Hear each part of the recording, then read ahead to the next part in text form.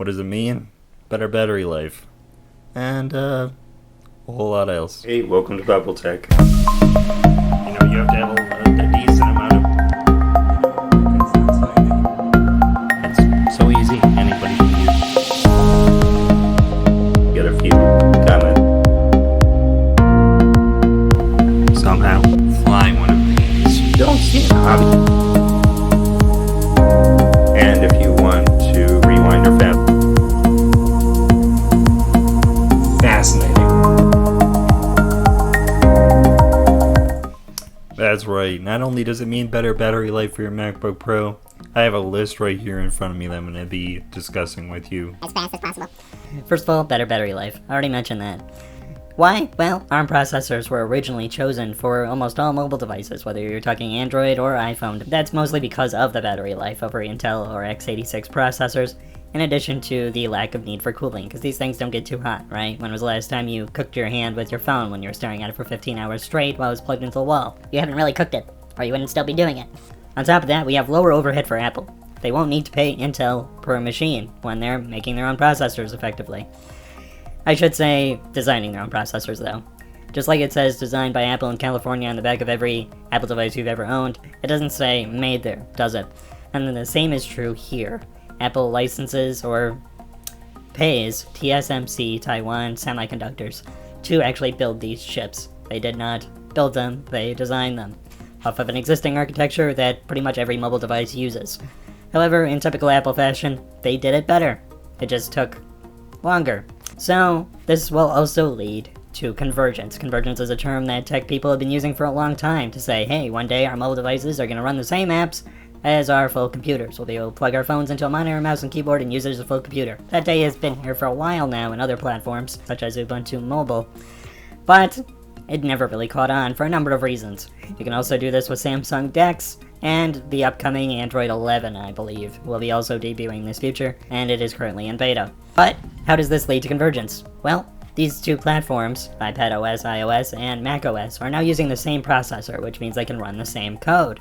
You'll be able to take an iPad app if you're a developer and run it straight on your Mac, no problems at all. While this can cause some other issues, Apple seems to be pretty confident that they have the install time conversion down for existing Intel Mac apps to run on ARM-based Macs. We'll see how that goes in real life, but for Apple to be so confident, they probably have a reason to be. They don't want anything to shatter their image of a perfect product, unless it is antennas, perhaps. We're not perfect. You're holding it wrong. Now, better cooling means silent, dust-free designs. No small achievement. Not only does this help battery life, because you don't have the fan running constantly, this may kill the desktop as we know it. Yes, I mean the Mac Pros, iMac Pros, and even PC desktops. Why am I saying that? Well, Microsoft has already been dabbling in ARM processors and already has Windows 10, yes, full Windows 10 effectively with Windows 10X, made for ARM devices, already running x86, 32-bit, and finally 64-bit apps on computers that are already shipping. As I've said before, just because it came first doesn't mean it's better. Apple tends to think these things through. Even though I'm not an Apple fanboy anymore, you gotta give them some respect for the polish they add to their products that other companies don't always have out of the gate. Back to those desktops. Mac Minis are already pretty small. Now, if you take something like an iPad Pro processor and you stick it into a Mac Mini, as they are actually exactly doing with their developer kit that they'll be selling, so developers can get their code running smoothly before the final release of macOS. Apps are a huge part of why people buy those Macs, after all. Gotta get those developers on the ball. You may end up with a device that's actually even more powerful than iPad Pro. Why is that? You have more space in a Mac Mini-sized device than you do in an iPad Pro for cooling. iPad Pros currently don't do anything other than passive cooling. Mac Minis have more space for fans. Now, while I mentioned silent dust-free designs, it doesn't mean they have to be silent, and cooling is still going to help that processor not underclock itself so it doesn't melt. We'll see where they go with this one. Even though Apple does tend to like their silent designs, there's a chance they'll add a fan to increase performance. Currently, the performance of the iPad Pro processor is very competitive with existing high-end Mac Minis. Let me show you some numbers. I want to thank Apple Insider for this little website they put together here, detailing exactly what I was looking for. The iPad Pro processor that's currently going to be used in the dev kit was used during the WWDC keynote, and presumably is the first processor we shall see, or some variation of it, when our Macs finally come to market. In terms of performance, the Geek 5 benchmark lists the Core i7 highest Mac Mini model at 1,205 points for single core and 6,024 for multi-core scores.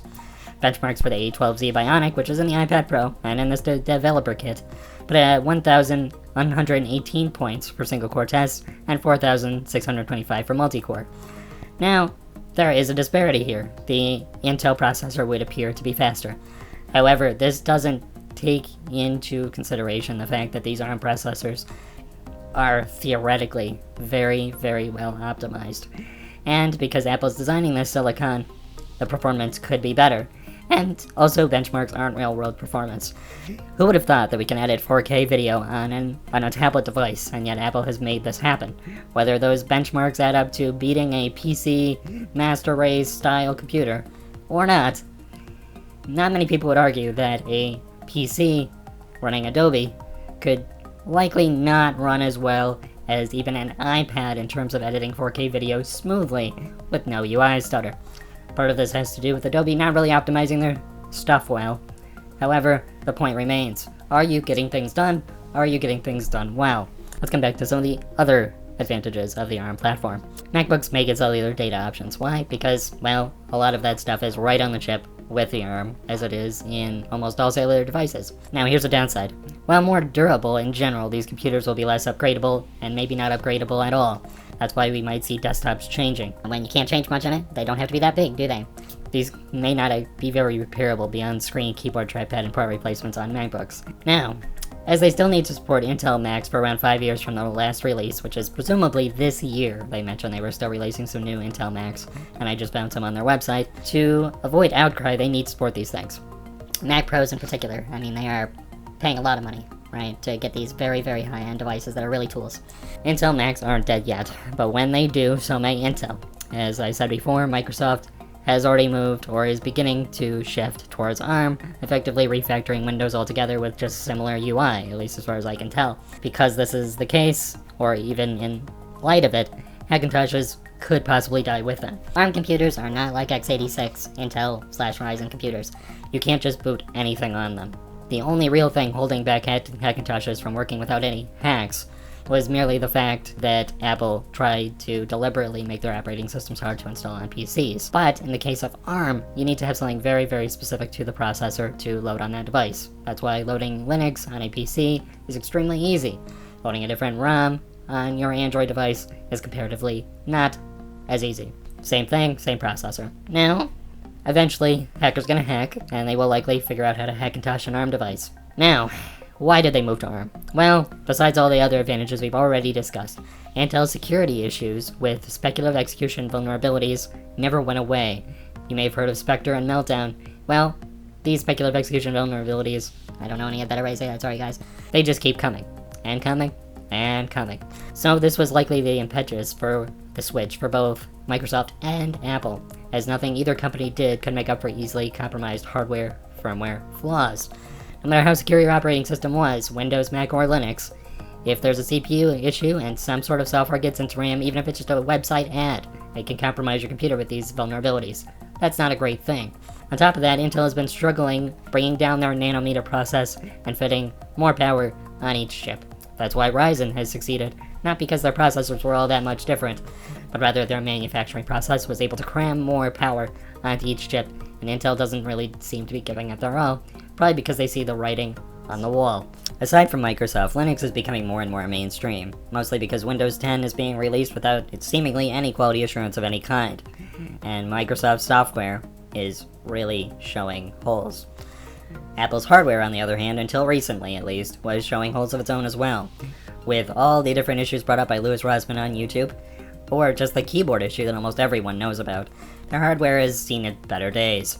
Linux, becoming mainstream, has also been using ARM for quite some time. In fact, you could fairly say that it's been using ARM processors for far longer than either of the two competitors, when you consider the fact that Android devices, as well as iOS devices, have been using ARM processors from the get-go. While there is no Linux Corporation, one single company that you can look to for announcements, none have really been needed among the Linux crowd. More and more popular are the ARM-based Raspberry Pi dev kits, used by people all around the world and projects all around the world, and often just for learning programming assignments in anywhere from junior high to maybe even kindergarten. That doesn't mean they're useless for actual pros, though. They're used everywhere, in pretty much anything you can imagine, for any single-use computer boards. These are ARM devices, as are all those Android tablets, Android phones, and now laptops. From Pine 64, we have the Pinebook Pro, something slightly reminiscent of a MacBook Pro. Coming in around $200, $250, we have a solid ARM-based device that is already shipping, and running a version of Linux suited directly for it. The Pine company has also released the Pine Tab, and they're soon to release the Pine Time. And that's totally ignoring ARM devices that we are already familiar with, a Pine phone. I hope to be getting one of those myself soon and documenting its actual capabilities on my channel. So that pretty much sums up Apple's Silicon, folks. If you have any questions, email me at robbie@bobble.tech. Leave a comment below and I'll get back to you as soon as I can. I also host a live stream once a week, usually on Wednesdays, or hopefully eventually always on Wednesdays, where I answer your questions that you've either sent in beforehand or are talking to me in the live chat with. So, I'll see you next time.